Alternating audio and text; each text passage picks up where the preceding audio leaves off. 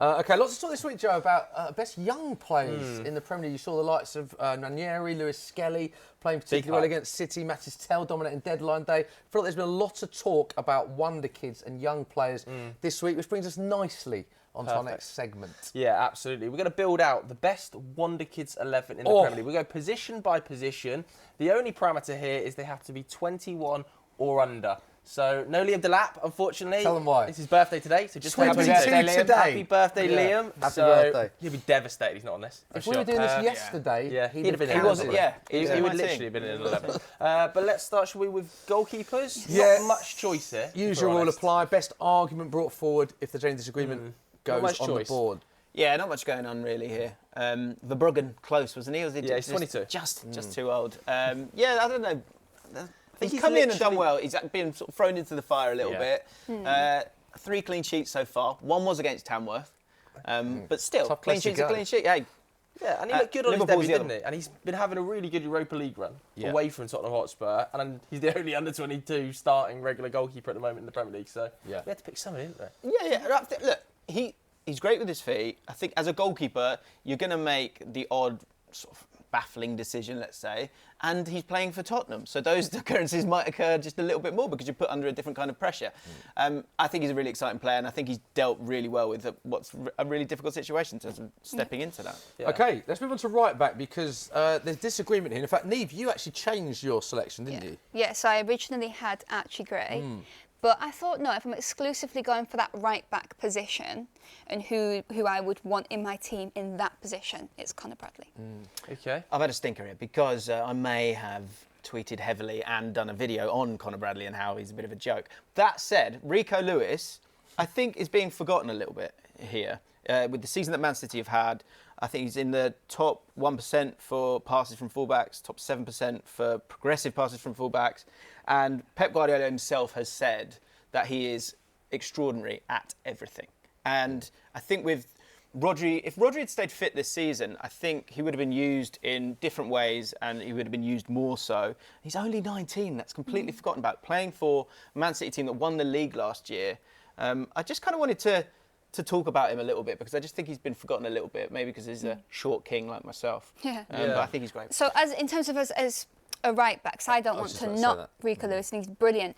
Where I think Conor Bradley is really special is I think he's, and I say this as someone who got to see him in the stadium week in, week out of Bolton, I think he's got a real talent for knowing how to raise a crowd. So he picks his moments with maybe it could be a slide tackle or a tackle where he uses his legs, wraps it around the opposition, and he'll do that up against Mbappe, he'll do that against Chelsea, he's done that against really top teams, Manchester City. Did it on Thursday. Exactly. And those sort of crowd raisers, they're really important in terms of the momentum shifts in football matches, but also those runs he makes are unbelievable as well. Like, you just pass, go. I think there's not a team, maybe Arsenal aside, in the Premier League that he wouldn't fit in really nicely to. I'm not saying he's better than every option, but he'd fit in really well and it could elevate it. I think as well, if we're basing this as a pure right back, the names we discussed, obviously Rico Lewis plays in multiple positions, defence, midfield. Archie Gray's played left back, centre back, right back, probably will end up playing centre mid for Spurs, whereas Conor Bradley is an out and out right back as a wonder kid, probably fits the criteria for I think Conor Bradley's a lovely one. So let's put Conor on early doors. Okay. And then I think you've got an agreement at centre back. Total agreement. Yeah. One agreement. And let's focus on the first agreement before we show the second one. Let's keep it simple with Dean Howson, who's having a ridiculous season. Nieve, what were Juventus thinking to let him go at 15 million euros? That's one of the worst sales. And I think that the signing of Lloyd Kelly as well, and just the attitude that will go into this with Juventus fans as well, they'll focus on any weakness of Lloyd Kelly's game and think back to the player that they could have once had to do that in a much better role. I can't really wrap my head around it, no matter what. I'm trying my best to, but I am so impressed by him. I think his leadership qualities at such a young age are unbelievable, and he just I think also something that's really underrated about him is with both feet, just how natural and comfortable he is as well. For me, like, we're going to come on to talk about some of the players that play in sort of higher profile clubs, but that have had a lot of praise. I feel like he has been one of the standout wonder kids in the entire league. If you look at him as a player, there's almost nothing that he can't do, and like where he can go on to become. What do you think his ceiling is in terms of a few years' time? Because he seems to have everything, this kid. Yeah, I think I think his ceiling is outrageous because, and typical me, I kind of wanted to turn this into a tactical, but instead of just being a normal centre-back, he actually has to go out wide left a lot of the time because Kirkes is so high up. Bombs on a lot, yeah. And his long passes are absolutely superb. But he's also kind of exposed out there a lot of the time. So he's got to deal with a lot of things. He's also fantastic at progressing the ball as well. I think he's in the perfect place right now, playing the perfect style of football. That said, he is a bit of a pressure point of that team to make it work. So the ceiling is pretty outrageous because the teams that he'll go to, he will be kind of left on his own because that's what the best centre-backs do at the best teams. And he will be absolutely fine with that. So, yeah, he's Let's put him on the board then. Totally agree with that. Brilliant player. And then we'll talk about a major disagreement at centre-back. It's major, is it, Joe? I'm trying to hype it up. All right, let's allow it. Make it out they really dislike the other pick there. Yeah. Go on, who have you gone with? Yeah, so I've gone with Lenny Yoro. So we've got Lenny Yoro versus Josh Achimpong. Yes. Yeah, I'm chasing the clip here, Joe. Chasing the clip. Rogue shout. Slightly rogue, yes. So some people might not be aware of him, but yeah, it is a major disagreement. I think the thing I was trying to put forward, one thing I wanted to put forward is the fact that there's some really exciting players out here, and obviously all these guys are young, and success isn't linear. Like, it's going to take a second, but the fact that two things are huge for me. One, linked with Real Madrid and Liverpool because of the situation at Chelsea where a lot of players end up going elsewhere. But the fact that Maresca has been given him minutes, started the game against Bournemouth, started a game against Crystal Palace. I know they've had injuries. He actually can play as a right back a lot of the time as well, but has been playing centre back. And I just wanted to talk about him because I think he's really, really exciting. The way he's able to dribble with the ball, which I think is becoming commonplace for these defenders now because of that mid block that we're seeing time and again. You've got to be really brave. And he's 6'1". As I say, can play as a right back as well, but the way he's able to drive with the ball, I think his long passing can get better.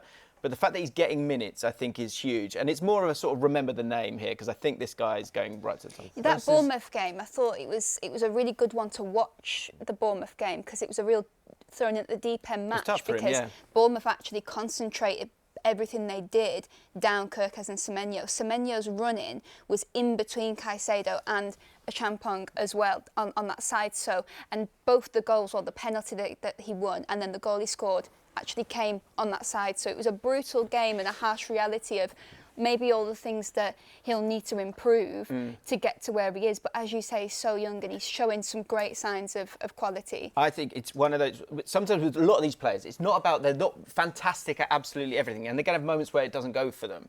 It's, can you see what they're trying to do sometimes? And that's the thing with Achimpong. I feel like that with Levi Colwill as well. I feel like Levi Colwill on the ball is such an unbelievable centre-back. Yeah, we're going to talk about him. Yeah, I just think there's, again with him, but you could use what I'm about to say as a Lenny Yoro argument too. There are, with young centre-backs, there are going to be maybe big weaknesses to their game because of the pressure in that position. As well. Yeah, because it will lead to conceding chances and what have you. Like, for example, Lenny Yoro, when he's left one-on-one, it's like he's being left hung out to dry, and I think he finds it quite hard to deal with.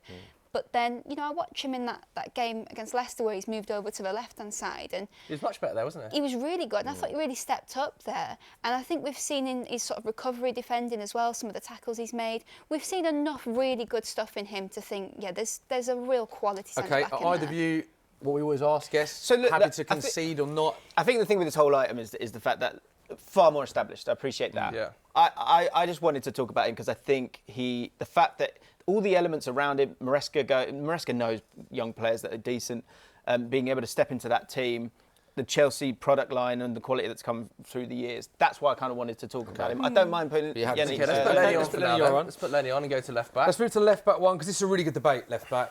Two very exciting young players. Lewis Hall versus Myles Lewis-Skelly. Nieve, should come to you first. Yeah, and I suppose really I'm a bit of a hypocrite in a way that I feel like, you know, with me going for Conor Bradley at right back because he's really exclusively suits that role, I actually personally think that Myles Lewis-Skelly in the future, I'd like to see him in that midfield because of his qualities. Whereas obviously Lewis Hall is absolutely outrageous on that left. And how impressed have you been with Lewis Hall this season? I think I feel like he's kind of gone under the radar a little bit, but actually when you look at, he's so assured, and he's only going to get better. I think he's really good in every aspect of the game. He had the Leicester game. He had over 100 touches. So the trust in him there on the ball is there for all to see. The Arsenal game, they were sort of going at him. It generally is very, very assured from a defensive point of view. Incredible stamina.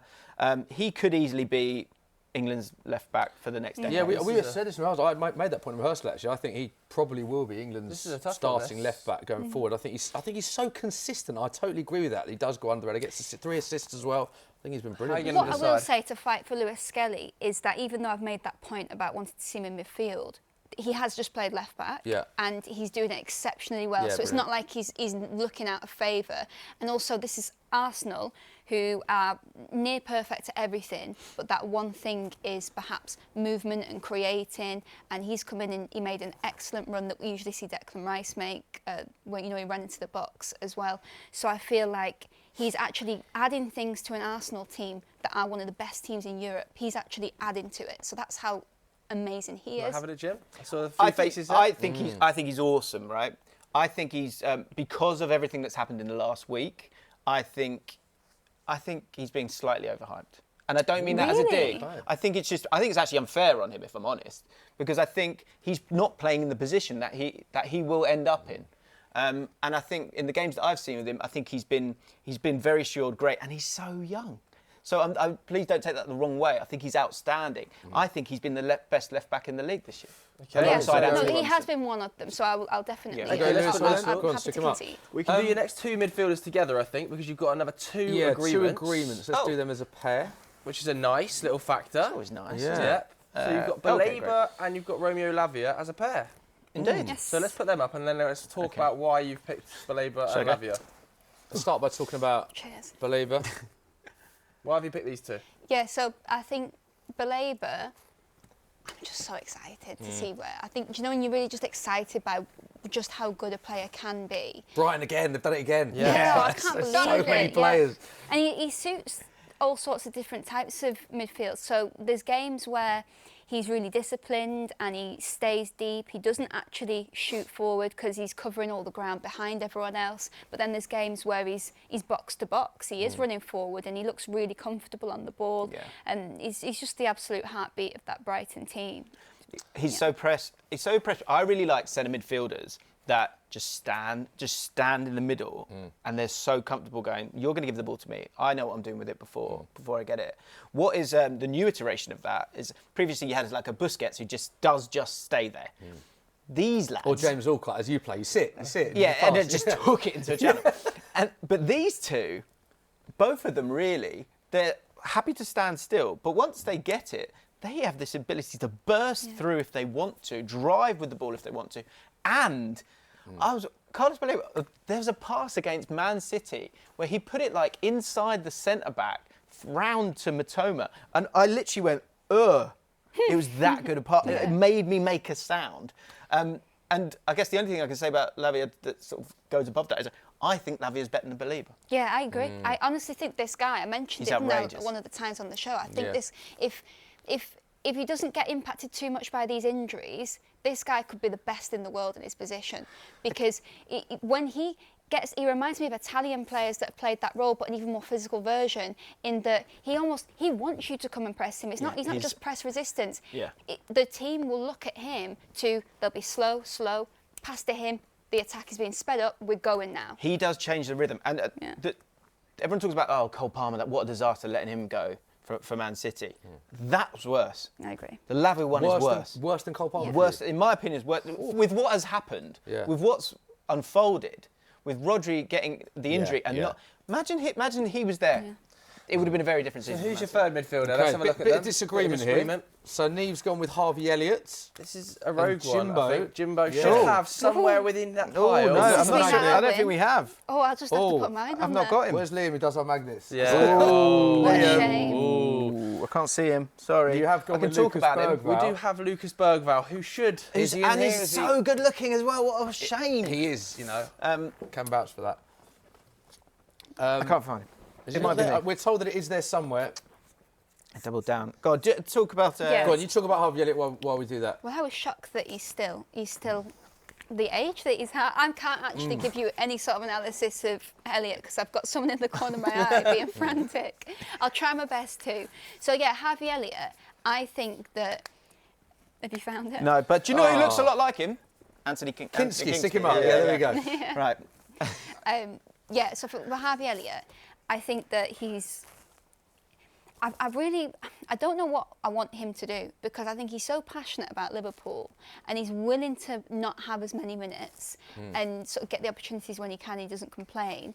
But I actually want him to have lots of minutes because I think he's so creative, he's hard-working, and there are games where Liverpool, who are probably the best team in Europe, where maybe they might have a bit of frustration, they need a bit of creativity to break a team down, and he'll come on and he'll do that job without complaining about the fact that he's maybe not getting the consistent minutes he wants. So I'm not sure what his future, what's best for him, but I think we forget just how good he is because he doesn't ever really get a consistent run of games. No Premier League starts this season. That is an interesting point. You've gone with Bergvall, who's been outstanding for Spurs this season. In a difficult season for Tottenham, I feel like what a positive has been is the likes of Archie Gray and Bergvall have been elevated and had way more game time probably than they were expecting to have. And actually, if you look at the critique of Spurs this season, it's never been one of them two, really. And Bergvall's been... I look at Bergvall again as a ceiling and what he offers technically is a... Yeah, it's what he's trying to do a lot of the time. And I think I love Harvey Elliott, and I think it's a similar thing to Rico Lewis, where people aren't really talking about him. So I think it's a great shout to put Harvey Elliott forward. With Bergvall, again, it's about, he might do the odd thing and you're like, you've given it away there, that's a little bit naive, but what is he capable of doing? I see a lot of like Frankie de Jong in him. Like again, they kind of look the same, they run the same, but the things he tries to do, the way he's able to slalom with the ball, he's really high. I think he's in the top 8% for interceptions this year as well. Incredible. So from a defensive point of view, he's great as well. I think he's let's stick Bergvall up there. Let's pretend how we do that. Let's just put Kinski up and pretend it's Bergvall. That is Bergvall. Yeah, that's so you just made the decision Bergvall over Elliott. You've just made that, yeah. I think really? it's a good decision.